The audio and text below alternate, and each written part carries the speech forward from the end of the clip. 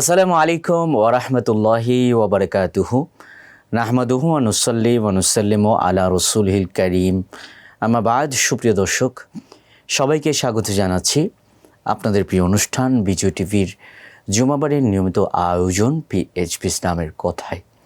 সুপ্রিয় দর্শক, আমাদের আজকের আলোচনার বিষয়বস্তু ইসলামের শ্রেষ্ঠতম একজন মহিয়সী নারী, আমাদের আম্মাজান রসুল করিম রাউফুর রহিম সাল্লাল্লাহু আলাইহি ওয়াসাল্লামের জীবনের বিরাট এক অংশ জুড়ে যার প্রতি আল্লাহ রসুলের ভালোবাসা, মায়া, মহাব্বত বিদ্যমান ছিল, নবী করিম সাল্লাল্লাহু আলাইহি সাল্লামের জীবনেরই অংশ হজরত উম্মাহাতুল মুমিনিনের একজন হজরত মা খাদিজাতুল কুবরা রাদিয়াল্লাহু তাআলা আনহাকে নিয়ে আমাদের আজকের আলোচনা।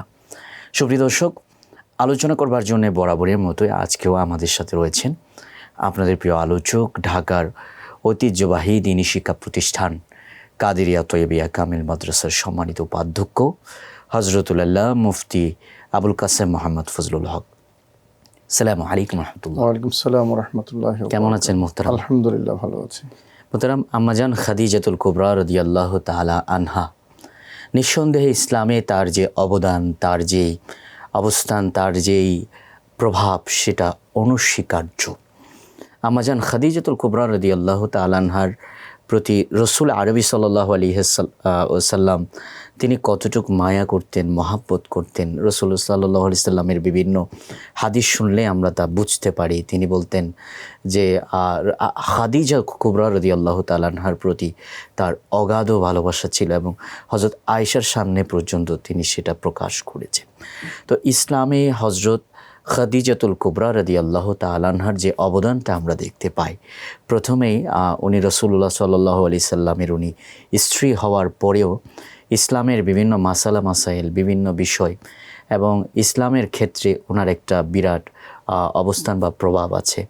আপনার কাছে আমি শুরুতেই জানতে চাইব, খাদিজাতুল কুবরা রাদিয়াল্লাহু তাআলা আনহা কীভাবে ইসলামের পথে এলেন এবং রাসূলুল্লাহ সাল্লাল্লাহু আলাইহি সাল্লামের সাথে কীভাবে ওনার নিসবতটা হলো। বিসমিল্লাহির রহমানির রহিম। প্যারা নবী রসুল করিম সাল্লাল্লাহু আলাইহি ওয়াসাল্লামার বিবিজান বা স্ত্রী যারা আছেন, জি, তাদের মধ্যে প্রথম এবং প্রধান হযরত খাদিজাতুল কুবরা রাদিয়াল্লাহু তাআলা আনহা। এবং ইসলামের আলোচনা আসলেই অপরিহার্যভাবে যে কয়েকজনের আলোচনা চলে আসে, তাদের মধ্যে একজন হযরত খাদিজাতুল কুবরা রাদিয়াল্লাহু তাআলা আনহা। জি, ওনাকে বাদ দিয়ে ইসলামের আলোচনা অসম্পূর্ণ থাকে, কল্পনা করা যায় না। জি, এবং ওনার আলোচনা আসা মানেই ইসলামের আলোচনা আসা। রাসূল করিম সাল্লাল্লাহু আলাইহি ওয়াসাল্লাম বিবাহের আগে হযরত খাদিজাতুল কুবরা রাদিয়াল্লাহু তাআলা আনহার আরও দুইবার বিয়ে হয়েছিল। জি, এবং দুই ঘরে ওনার দুইজন সন্তান ছিল। দুই ঘরেই প্রথম ঘরে মেয়ে সন্তান ছিলেন একজন, দ্বিতীয় ঘরে ছেলে সন্তান ছিল একজন। জি, এবং রাসূল করিম সাল্লাল্লাহু আলাইহি ওয়াসাল্লাম যখন হযরত খাদিজাতুল কুবরা রাদিয়াল্লাহু তাআলা আনহাকে বিয়ে করেন, তখন ওনার বয়স ছিল 40, আর নবীজি সাল্লাল্লাহু আলাইহি ওয়াসাল্লামের বয়স ছিল 25। জি, মূলত হজরতে খাদিজা রাদিয়াল্লাহু তাআলা আনহা তিনি মক্কার ধনাঢ্য যারা পার্সোনালিটি যারা ছিলেন তাদের মধ্যে একজন, এবং উন্নত ব্যক্তিত্বের যারা ছিলেন তাদের মধ্যে একজন। নৈতিকভাবে একেবারে শালীন এবং পবিত্র যারা ছিলেন তাদের মধ্যে শীর্ষে হজরতে খাদিজা রাদিয়াল্লাহু তাআলা আনহা ছিলেন, ইসলামের আগেও। জি, এবং সমাজে দান, সাদকা, নীতি নৈতিকতা, সুন্দর চরিত্র, বংশকৌলিন্য সব কিছু মিলে আরবের মধ্যে পরিচিত একটা পরিবারের একেবারেই ধনাঢ্য একজন নারী, যার কথা সবাই জানেন। তো তিনি ওনার ব্যবসা বাণিজ্য ছিল সিরিয়ার সাথে, শাম দেশের সাথে। যে বছর নবীজি সাল্লাল্লাহু আলাইহি ওয়াসাল্লামকে তিনি ব্যবসার মূল প্রতিনিধিত্ব করার জন্য নির্বাচন করেছিলেন, নবীজিকে নির্বাচন করার আগে তিনি এই দায়িত্বের জন্য আরেকজনকে ইতিমধ্যে নির্বাচন করে ফেলেছিলেন এবং 2টা বকরি অথবা 2টা গরুর মূল্য যতটুকু হয় অতটুকু পারিশ্রমিকের বিনিময়ে গোটা সফর প্রতিনিধিত্ব করবে, এই চুক্তি হয়েছিল। তো রাসূল করিম সাল্লাল্লাহু আলাইহি ওয়াসাল্লামের অফার আসার পরে তিনি নবীকে আগে থেকে চিনতেন, সেই হিসাবে রাসূল করিম সাল্লাল্লাহু আলাইহি ওয়াসাল্লামকে তিনি মূল দায়িত্বটা অর্পণ করেন। এবং ঘটনা আমরা কম বেশি সকলেই জানি, সে বছর সিরিয়ার সফরটা ছিল একেবারেই স্বর্গীয় একটা সফর।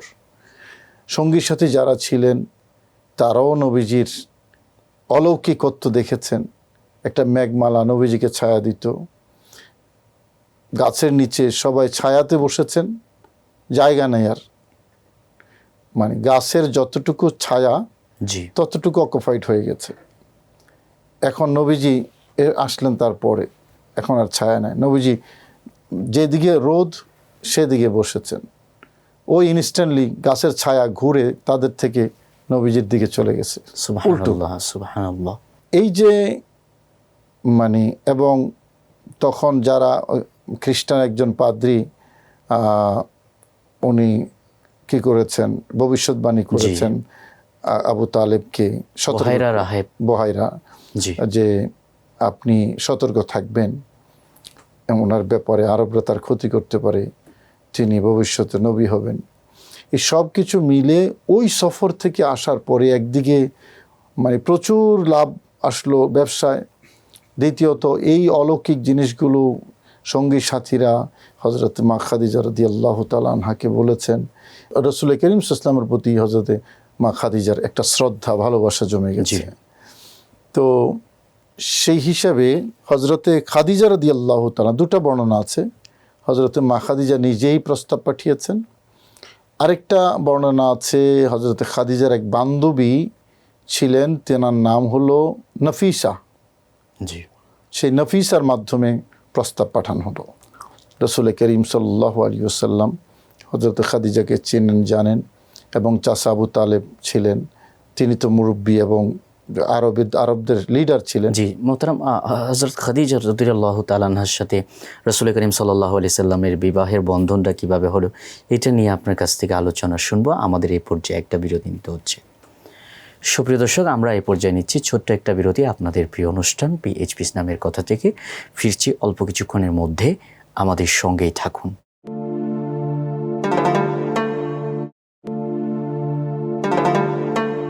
ফিরে এলাম বিরতির পর। সবাইকে আবারও স্বাগত জানাচ্ছি আপনাদের প্রিয় অনুষ্ঠান বিজয় টিভির জুমাবাড়ির নিয়মিত আয়োজন পিএইচপি ইসলামের কথায়। সুপ্রিয় দর্শক, আমরা বিরতির আগে আলোচনা শুনছিলাম প্রিয় নবী সাল্লাল্লাহু আলাইহি ওয়াসাল্লামের স্ত্রী, আমাদের সম্মানিত আম্মাজান হজরত আম্মাজান খাদিজাতুল কুবরা রাদিয়াল্লাহু তাআলা আনহার জীবনী নেই।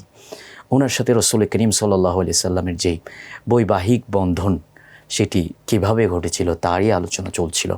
আমরা আবারও মূল আলোচনায় ফিরে যাচ্ছি। মোহতারাম, বিরতির আগে আল্লাহ রাসূল সাল্লাল্লাহু আলাইহি সাল্লামের সাথে ওনার যে বৈবাহিক বন্ধন তার ঘটনা বিবরণী ধারাবাহিকভাবে আপনি বর্ণনা করছিলেন। তো হজরতে খাদিজা রাদিয়াল্লাহু তাআলা আনহার সাথে এই বিবাহ সম্পন্ন হলো। আবু তালেব নবীজির চাচা নিজে উপস্থিত ছিলেন এবং আরবের অন্যান্য যারা নবীজির আত্মীয় স্বজন আপনজন তারা সবাই উপস্থিত ছিলেন। খানাপিনা হয়েছে, বিশাল আয়োজন হয়েছে, কারণ আবু তালেব নিজের সন্তানের মতোই জানতেন এবং সবাই আবু তালেবকেই নবীজির বাবা হিসেবে ট্রিট করতেন। এই বিবাহের পর থেকে মূলত একটা নতুন অধ্যায় শুরু হয় ইসলামের জন্য, নবীজির জন্য, নবীজির সহযোগিতার জন্য।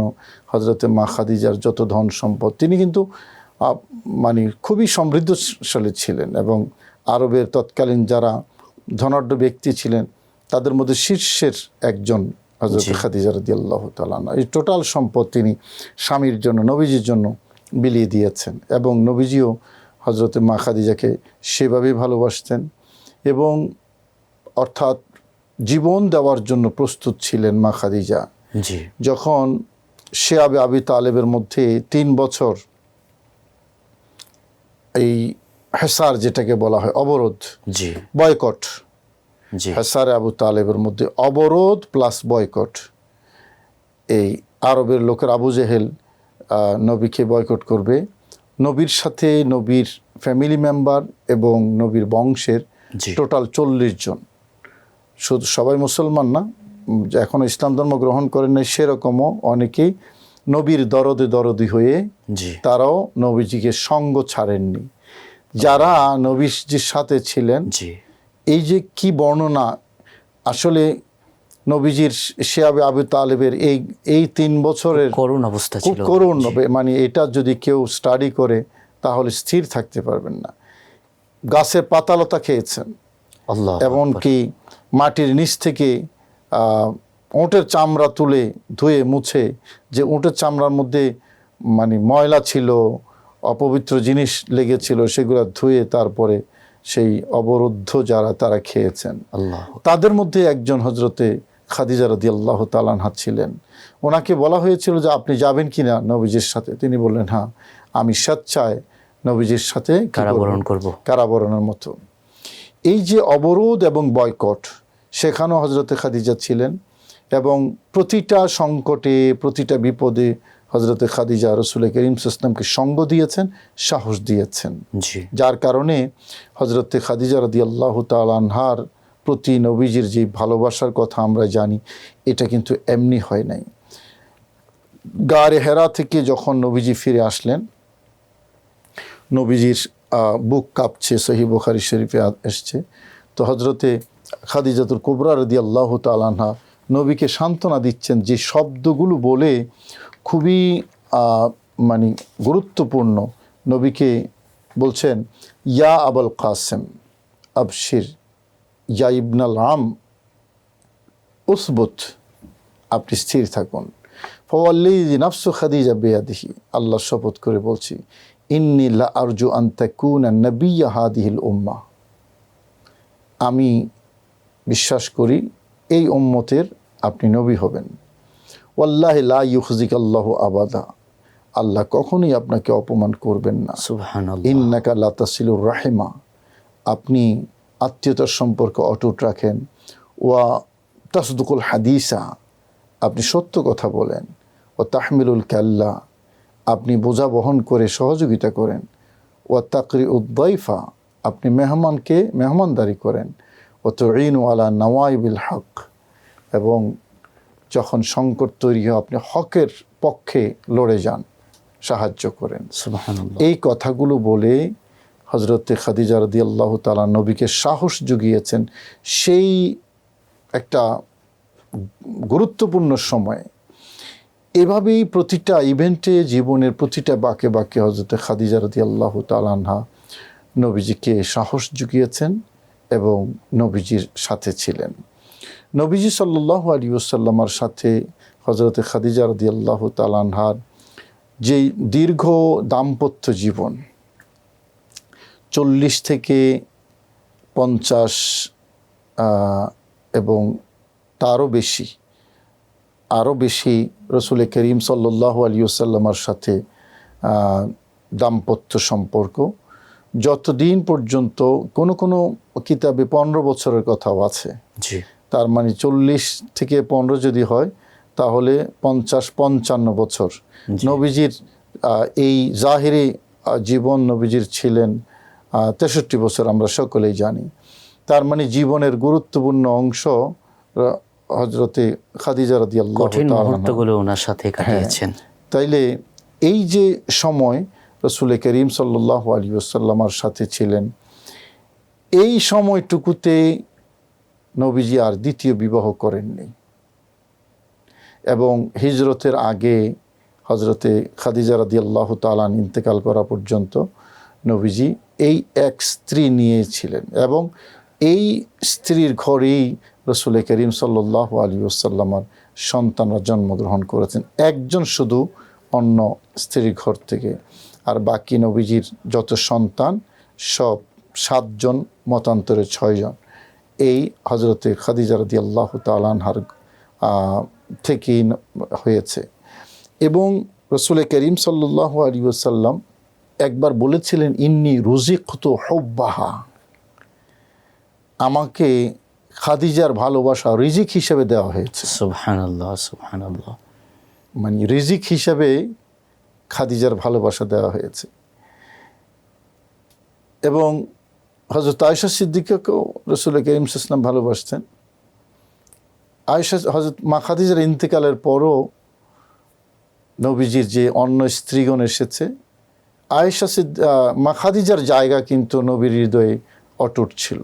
নিশ্চয়। এবং আয়েশা সিদ্দিকা নিজেই বলছেন, সহিহ বুখারীর হাদিস, যে আমি মাঝে মাঝে একটু আচমকিত হয়ে যেতাম। গায়রত বলা হয় এটাকে, জি, রাগের মতোই, রাগান্বিত হয়ে যাওয়ার মতোই। ফার্সিতে রাশক বলা হয় এটাকে। জি, আসলে বাংলা অনুবাদে কি হবে আমি জানি না। হিংসাও না, আবার মানে এক ধরনের কি বলে এটাকে, ঈর্ষান্বিত হয়ে যাওয়া। এই আয়েশা সিদ্দিকা রাদিয়াল্লাহু তাআলা আনহার এই গায়রতের যে বিষয়টি, এটা নিয়ে আরও বিস্তারিত শুনবো আপনার কাছ থেকে। আমাদের এই পর্যায়ে আরও একটি ছোট্ট বিরতি নিতে হচ্ছে। সুপ্রিয় দর্শক, আমরা আবারও নিচ্ছি ছোট্ট একটা বিরতি। ফিরে আসছি অল্প কিছুক্ষণের মধ্যে আপনাদের প্রিয় অনুষ্ঠান পিএইচপি ইসলামের কথায়। আমাদের সঙ্গেই থাকুন।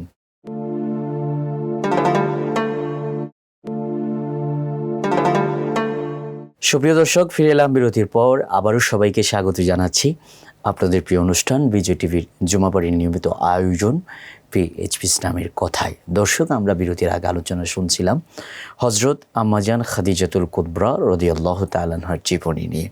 আবারও আমরা ফিরে যাচ্ছি মূল আলোচনায়।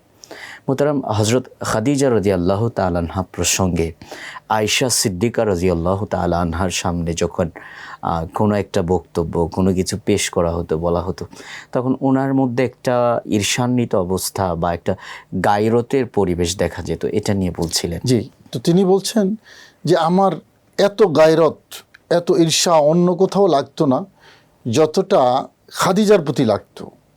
রাসূল করিম সাল্লাল্লাহু আলাইহি ওয়াসাল্লাম যখন খাদিজাকে স্মরণ করতেন, তখন নবীজির ভাবটা এমন যে পৃথিবীতে খাদিজা ছাড়া আর অন্য কোনো নারী বুঝি নাই, আসে নাই। সেই জন্য আমার গায়রত এবং ঈর্ষাটা বেশি হতো। তো একবারের কথা যে রাসূল করিম সাল্লাল্লাহু আলাইহি ওয়াসাল্লাম হযরতে মা খাদিজার ইন্তেকালের বহুদিন পরে একবার আয়েশা সিদ্দিকার উপস্থিতিতে এক বৃদ্ধা মহিলা আসছে নবীজির কাছে। নবীজি দেখে হঠাৎ, আল্লাহুম্মা হালা, এই তুমি হালা, কেমন আছো, কোথায় থাকো, বাড়ির সবাই কেমন আছে? একেবারে খুব হাস্যাস বাস্যাস চেহারা। এরপরে এই বৃদ্ধা চলে যাওয়ার পরে আয়েশা সিদ্দিকা বলছেন যে এই বুড়িকে তো নবীজি সাল্লাল্লাহু আলাইহি ওয়াসাল্লাম বলছেন, এই বুড়ি আমার খাদিজার বান্ধবী। সুবহানাল্লাহ, সুবহানাল্লাহ। তো খাদিজা থাকতে এই বুড়ি প্রায় আসতেন। তো আয়েশা সিদ্দিকা রাদিয়াল্লাহু তাআলা আনহা বলেন, তো তাই বলে আপনার এই আবেগ প্রকাশটা। তো নবীজি তখন বলছেন যে আয়েশা, ইন্নাল ওয়াফা মিনাল ঈমান। সুবহানাল্লাহ। আমার খাদিজার বান্ধবী ছিল, আসছে, আমি একটু কুশল বিনিময় করব না? জি, এই কুশল বিনিময় করাটা এটা আমার খাদিজার জন্য এবং এটা ঈমানের অংশ। সুবহানাল্লাহ। এবং সহিহ বুখারী শরীফের হাদিসে আছে, নবীজি সাল্লাল্লাহু আলাইহি ওয়াসাল্লাম মাঝে মাঝে বকরি জবাই করতেন। কোন উদ্দেশ্যে করতেন এটা আল্লাহ ভালো জানেন। বকরি জবাই করে, তবে উদ্দেশ্যটার কিছু পরে ইশারা পাওয়া যায়, এটা সহিহ বুখারীর হাদিস। জি, বকরি জবাই করে খণ্ড খণ্ড করতেন। এখন না আমরা একেবারে মানে পিস করি বা রেজালা পিস করি, ছোট ছোট, তাই না, ছোট ছোট।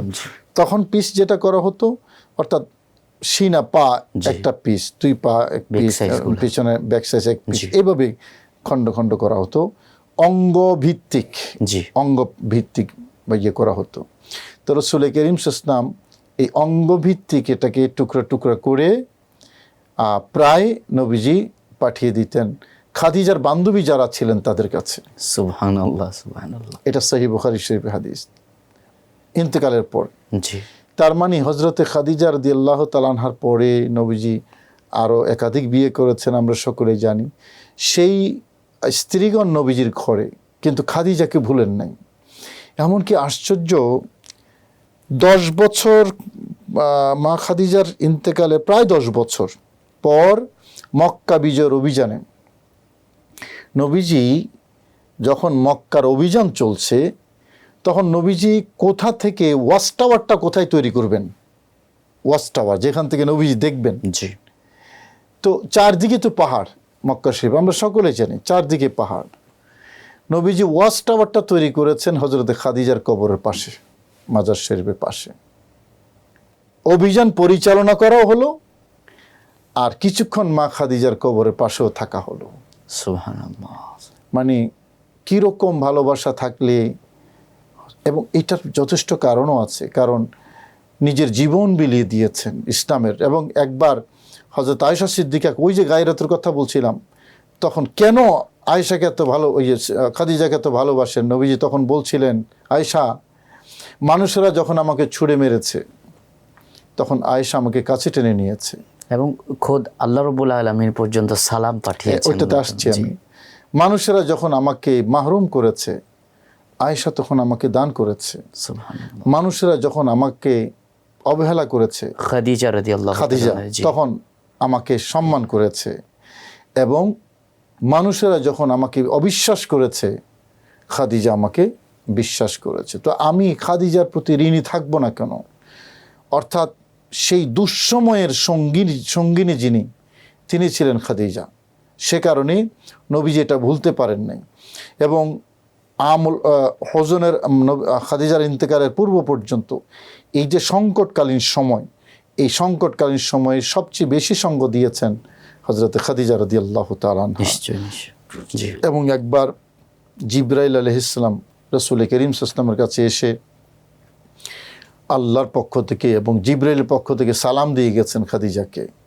বললেন, ইয়া রাসূলুল্লাহ, হাজি খাদিজা, হ্যাঁ, ফাইদা জাআতকে ফাআকরি আলাইহিস সালাম মিন রব্বিহা ওয়া মিন জিবরাইল।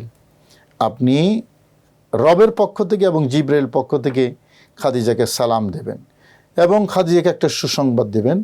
খাদিজার জন্য একটা ঘর তৈরি হয়েছে জান্নাতে, সেই ঘরের মধ্যে কোনো শাউটিং নাই, নিরিবিলি সুন্দর পরিপাটি একটা ঘর আল্লাহ পাক রব্বুল আলামিন খাদিজার জন্য তৈরি করে রেখেছেন। আসলেই হযরতে খাদিজা রাদিয়াল্লাহু তাআলা আনহার ইসলামের প্রতি এই যে ডেডিকেশন, এটা অনন্য। নবীজির প্রতি হযরতে খাদিজার যেমন ভালোবাসা ছিল, নবীও মন ভরে হযরতে খাদিজা রাদিয়াল্লাহু তাআলা আনহাকে ভালোবাসতেন। এবং সারা পৃথিবীতে ইসলামের খেদমত হচ্ছে, ইসলামের পিলার, ইসলামের পাহারাদার নবীর বংশ, আহলে বাইত, জি, আলে রসুল, সারা পৃথিবীতে। এটা কোরআন হাদিসের বক্তব্য, বাস্তবতা আমরা তাই দেখি। নবীজি বলেছেন যে ওয়ালা ইয়াতাফাররাকা হাত্তা ইয়ারিদা আলাইয়াল হাউদ, কোরআন এবং আহলে বাইত মানে সমান্তরাল অবস্থায় থাকবে কিয়ামত পর্যন্ত। কিয়ামতের ময়দানে কোরআন এবং আহলে বাইত একসাথে নবীজির দরবারে হাজির হবে। এই যে সারা পৃথিবীতে কোরআনের পাহারাদার, ইসলামের পাহারাদার আলে রসুল, নবীর বংশে, এই নবীর বংশ কোথা থেকে এসছে? কার মাধ্যমে? নবীর বংশ কিন্তু হযরতে খাদিজা রাদিয়াল্লাহু তাআলা আনহার এই রেহেম থেকে এসছে।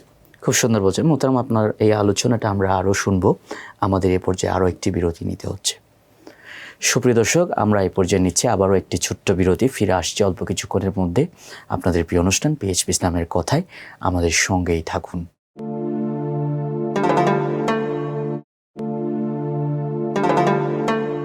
সুপ্রিয় দর্শক, ফিরে এলাম বিরতির পর। আবারও সবাইকে স্বাগত জানাচ্ছি আপনাদের প্রিয় অনুষ্ঠান বিজয় টিভির জুমাবারের নিয়মিত আয়োজন পিএইচপি ইসলামের কথায়। দর্শক, আমরা আজকে হযরত খাদিজাতুল কুবরা রাদিয়াল্লাহু তাআলা আনহার জীবনী সম্পর্কে বিস্তারিত জানছিলাম আমাদের মোহতারাম আলোচকের কাছে। আবারও আমরা মোহতারামের কাছে ফিরে যাচ্ছি। মোহতারাম, হযরত খাদিজাতুল কুবরা রাদিয়াল্লাহু তাআলা আনহার যে অবদান, জীবনের যে ব্যাপক প্রভাব ইসলামে, এবং আল্লাহ রসুল সাল্লাল্লাহু আলাইহি সাল্লাম যেই প্রাণ ঢেলে ওনাকে মহাব্বত করেছেন, এবং রাসূলুল্লাহ সাল্লাল্লাহু আলাইহি ওয়াসাল্লাম সময়ে সময়ে ওনাকে স্মরণও করেছেন। ওনার সাথে যারা রিলেটিভস ছিলেন ওনাদের প্রতিও আল্লাহ রসুল সাল্লাল্লাহু আলাইহি ওয়াসাল্লাম যে শ্রদ্ধা ভালোবাসা প্রকাশ করেছেন, আবেগটা প্রকাশ করেছেন, তাতে বোঝা যায় যে হযরত খাদিজাতুল কুবরা রাদিয়াল্লাহু তাআলা আনহার সম্মানটা ইসলামে কোনোভাবেই কম না। এত বড় একজন সম্মানিত ব্যক্তি আমাদের আম্মা যান, তা সত্ত্বেও আমরা একটা জিনিস খুব আফসোসের সাথে লক্ষ্য করি, সেটি হচ্ছে আমাদের দেশে কিছু ইসলামী আলোচক নামধারী, বক্তা নামধারী, তারা খাদিজাতুল কুবরা রাদিয়াল্লাহু তাআলা আনহা সম্পর্কে কিছু অসম্মানসূচক বাক্য চয়ন করে। যেমন ওনাকে বলে উনি উইডো, অর্থাৎ উনি নতুন নন, ওনার আগে সংসার ছিল। এই বিষয়টাকে এমনভাবে উপস্থাপন করার চেষ্টা করি যেন উনি ঠেকা পড়ে নবীর কাছে এসে, মানে কোনো ধরনের ওনার সম্মান নেই, উনি একটা অসম্মানিত কেউ, উনি পরে নবীর কাছে এসে সম্মান, এরকম কিছু। আবার আরেকটা বিষয় আমরা রিসেন্টলি দেখতে পেয়েছি, একজন বক্তা বলেছেন যে খাদিজাতুল কুবরা তিনি জীবনে কখনো নামাজ পড়েননি। এই কথাগুলোর ব্যাপারে আসলে কোরআন হাদিস কী বলে এবং কোরআন হাদিসের দলিল এবং ইসলামের যে বিধান, ইসলামের যে আলোচনা, হাদিস কোরআন, এগুলো আসলে বক্তব্য কী এগুলোর ব্যাপারে? হাদিসের মধ্যে কেয়ামতের 16টা বা 17টা আলামত আছে। জি। তোর মধ্যে একটা আলামত হলো উম্মতের পরবর্তীরা উম্মতের পূর্ববর্তীদের সমালোচনা করবে। নিশ্চয় নিশ্চয়, এটা হাদিস শরীফ, এটা কেয়ামতের একটা আলামত। জি। আর কিতাবের মধ্যে পাওয়া যায়, কারো যদি সুয়ে খাতেমা আল্লাহর কিতাবে লেখা থাকে, অর্থাৎ ঈমান হারা হয়ে মারা যাবে, শেষ খারাপ, শেষটা খারাপ হবে, এরকম যদি তার কপালে লেখা থাকে, জি, তাহলে তার মুখ দিয়ে এই আল্লাহওয়ালাদের সমালোচনা বের হবে। আল্লাহু আকবার, আল্লাহু আকবার। তো এগুলা শুনে বা এগুলা দেখে আমার কাছে এই দুইটা কথাই মনে পড়েছে, তারা তাদের খাতেমা খারাপ হবে। জি। হযরত আয়েশা সিদ্দিকা সহ যারা ইসলামের জন্য জীবন দিয়েছেন, জি, তাদের ব্যাপারে কথা বলার সময়, আরে কথা বলার জন্য তো যোগ্যতা লাগবে, শব্দ চয়নের সময় যদি আমরা আদবের লেহাজ না করি, তাহলে বেআদব বদনসিব হয়। অত্যন্ত ডেঞ্জারাস এবং ডেঞ্জারাস বিষয় বলে হযরত আয়েশার উপর যখন অপবাদ দেওয়া হয়েছিল, স্বয়ং আল্লাহ রাব্বুল আলামিন কিন্তু কোরআন নাজিল করে জবাব দিয়েছেন। অবশ্যই হযরত আয়েশা সিদ্দিকা রাদিয়াল্লাহু তাআলা আনহা নবীজির আরেকজন স্ত্রী, ওনাকে যখন এরকম অপবাদ দেওয়া হয়েছে, 10টি আয়াত সূরা নূরের আল্লাহ নাজিল করেছেন। আল্লাহু আকবার। নবীর পরিবারের সদস্য যারা, তারা সাধারণ মানুষের মতো নন। ইয়া নিসা আন-নবী লাস্তুন্না কাআহাদিম মিনান নিসা, আল্লাহ বলেছেন, হে নবীর স্ত্রীগণ, তোমরা পৃথিবীর অন্য স্ত্রীদের মতো নয়। এবং হযরত খাদিজা রাদিয়াল্লাহু তাআলা আনহার ব্যাপারে বলেছেন, খাদিজা খায়রু নিসাই আহলিল জান্নাহ, জান্নাতি রমণীদের মধ্যে সেরা একজন হলেন হযরতে খাদিজা রাদিয়াল্লাহু তাআলা আনহা। নবীজি সাল্লাল্লাহু আলাইহি ওয়াসাল্লামের স্ত্রী হযরতে খাদিজা, তিনি নামাজ পড়েছেন, যারা পায় নাই তারা অন্ধ। ইমাম হাকিম আবু আবদুল্লাহ নিসাবুরি রহমতুল্লাহ আলাইহি, বিশ্ববিখ্যাত হাদিসের ইমাম তিনি, জি, ওনার মানে সুবিখ্যাত কিতাব আল মুস্তাদরাক, জি, সেই মুস্তাদরাক কিতাবের মধ্যে 4904 এবং 5 নম্বর হাদিসে একটা ঘটনা আছে। হযরত আব্বাস এবং আফিফ বিন আমর, আব্বাস ছিলেন নবীজির চাচা, জি, আফিফ বিন আমর আব্বাসের বন্ধু। হযরত আব্বাস ইসলাম ধর্ম গ্রহণ করার আগে আফিফ বিন আমরও কিন্তু পরে ইসলাম ধর্ম গ্রহণ করেছে। তো দুজন বন্ধু ছিলেন। তো একবার মিনার মধ্যে আফিফ বিন আমর ছিলেন, তো আব্বাস রাদিয়াল্লাহু তাআলা সেখানে গিয়েছেন। আফিফ বিন আমর দূর থেকে এসছেন, তিনি দেখলেন একজন লোক আসলো, লোক এসে নামাজে দাঁড়ালো। তো নামাজে দাঁড়িয়ে নামাজ পড়ছেন। কিছুক্ষণ পর একজন মহিলা আসলো, ওনার সাথে নামাজে দাঁড়ালো। কিছুক্ষণ পরে একজন যুবক এসেছে, মানে কিশোর বয়স উত্তীর্ণ একজন যুবক, তিনিও দাঁড়ালেন। দাঁড়িয়ে তিনজনে নামাজ পড়ছেন। তো আফিফ বিন আমর এই প্রথমবার দেখছেন এই সিনারি। আব্বাস রাদিয়াল্লাহু তাআলা আনহুকে জিজ্ঞেস করলেন যে এইটা কি, এরা কারা? তো আব্বাস রাদিয়াল্লাহু তাআলা আনহু তিনি বলছেন যে হাদা মুহাম্মদ ইবনে আবদুল্লাহ ইসলাম গ্রহণ করার আগে ইয়াজআমু আন্নাহু নবিয়্যুন, তিনি হলেন মুহাম্মদ বিন আবদুল্লাহ, তিনি মনে করেন যে তিনি নবী। এবং ওয়ামা আমানা আলাইহি ওয়ামা আমানা বিহি ইল্লা হাদিহিল মারআ হিয়া জাওজাতুহু ওয়া হাদাল গোলাম হুয়া আলী ইবনে আবি তালেব। বলছেন এই মুহাম্মদ বিন আবদুল্লাহ তিনি মনে করেন যে তিনি নবী, এবং ওনার উপর এ পর্যন্ত এই দুইজন ছাড়া কেউ বিশ্বাস করে নেই, ঈমান আনে নেই। একজন হলেন হযরতে খাদিজাতুল কুবরা রাদিয়াল্লাহু তাআলা আনহা, আরেকজন আলী রাদিয়াল্লাহু তাআলা আনহু। এই দুইজন একসাথে নামাজ পড়ছেন। তো এটা আব্বাস রাদিয়াল্লাহু তাআলার বক্তব্য, যদিও আমরা জানি হযরতে আবু বকর সিদ্দিক রাদিয়াল্লাহু তাআলা প্রথম ইসলাম ধর্ম গ্রহণকারীদের মধ্যে একজন, কিন্তু আব্বাস রাদিয়াল্লাহু তাআলা বলার সময় এভাবে বলেছেন। তো এই হাদিস দ্বারা যেটা প্রমাণ হয়, রাসূল করিম সাল্লাল্লাহু আলাইহি ওয়াসাল্লামের সাথে হযরতে খাদিজাতুল কুবরা রাদিয়াল্লাহু তাআলা আনহা নামাজ আদায় করেছেন। যখন কেউ নামাজ পড়ে না তখন পড়েছেন। বাস দুই একজন নবীজির উম্মত মাত্র নবীজির উপর ঈমান এনেছে। সেই ইনিশিয়াল স্টেজে যখন নামাজ পড়া নিষিদ্ধ ছিল আরবের সমাজে, তখন তিনি নামাজ পড়েছেন। এবং ইমাম হাকিম আবু আব্দুল্লাহ নিসাবুরি রহমতুল্লাহ হাদিসকে সহিহুল ইসনাদ বলেছেন। জি, সহিহুল ইসনাদ বলেছেন, সহিহ হাদিস। তাইলে এখন যারা এই কথাগুলো বলে, আমি এদের ব্যাপার আর কি বলবো, এদের মানে কপাল খারাপ, এদের খাতেমা খারাপ হবে যদি তওবা না করে। তাইলে আল্লাহু আলাম, আল্লাহ ভালো জানেন, কিন্তু কিতাবের মধ্যে যেটা আছে এটা কিয়ামতের আলামত, শেষ খারাপ হওয়ার সম্ভাবনা আছে। এখানে দুইটা বিষয় আছে। একটা বিষয় হচ্ছে হযরত খাদিজা রাদিয়াল্লাহু তাআলা আনহা, ওনার ব্যাপারে মিথ্যাচার, এবং দ্বিতীয় বিষয় হচ্ছে ওনার ব্যাপারে একটা ভুল তথ্য দিয়ে ওনার শানকে আঘাত করার মতো একটা বিষয়। মানে এটা বিশ্লেষণ করতে গেলে অনেক বড় কথা। ইসলামের প্রথম মানে ইসলামের পিলার, কয়েকটা পিলারের মধ্যে একজন, তো সেখানে আঘাত করা মানে ইসলামকে আঘাত করা। আমি প্রথমেই শুরু করেছি, ইসলামের আলোচনা করলেই খাদিজার আলোচনা চলে আসে, আবার মা খাদিজা রাদিয়াল্লাহু তাআলা আলোচনা করলেই ইসলামের আলোচনা চলে আসে। এক ধরনের পরিপূরক, এক ধরনের মানে কি বলে আপনার সমর্থক বলা চলে। ইসলামের আলোচনা মা খাদিজার আলোচনা সমর্থক বলা চলে।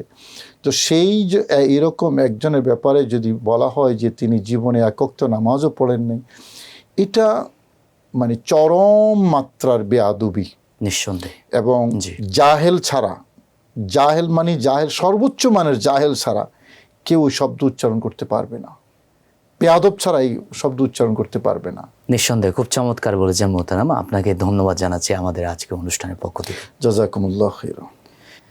সুপ্রিয় দর্শক, আম্মাজান খাদিজাতুল কুবরা রাদিয়াল্লাহু তাআলা আনহা, তিনি ইসলামের শুধু অবদানই রাখেননি, বরং ইসলামের যে কঠিনতম মুহূর্তগুলো আপনি যদি একটু রিসার্চ করেন, একটু স্টাডি করেন, ওনাকে জায়গায় জায়গায় খুঁজে পাবেন। কঠিন সময়গুলোতে উনি নবীর পাশে, ইসলামের পাশে সর্বক্ষণ দাঁড়ানোর চেষ্টা করেছেন।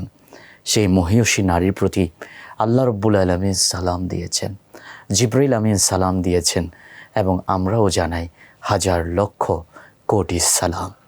হযরত আম্মাজান খাদিজাতুল কুবরা রাদিয়াল্লাহু তাআলা আনহার প্রতি এই শ্রদ্ধা যেন আমাদের প্রত্যেকজন মুসলিম, প্রত্যেক ঈমানদারের হৃদয়ে বহাল থাকে। আল্লাহ রাব্বুল আলামিন সেই তৌফিক দান করুন। এই প্রত্যাশা রেখে আমরা আজকের মতো বিদায় নিচ্ছি। আপনাদের প্রিয় অনুষ্ঠান বিজয় টিভির জুমাবারের নিয়মিত আয়োজন পিএইচপি ইসলামের কথা থেকে। দেখা হবে আগামী পর্বে ইনশাআল্লাহ। আজ এ পর্যন্তই। আল্লাহ হাফেজ। ওয়াসসালামু আলাইকুম ওয়া রাহমাতুল্লাহ।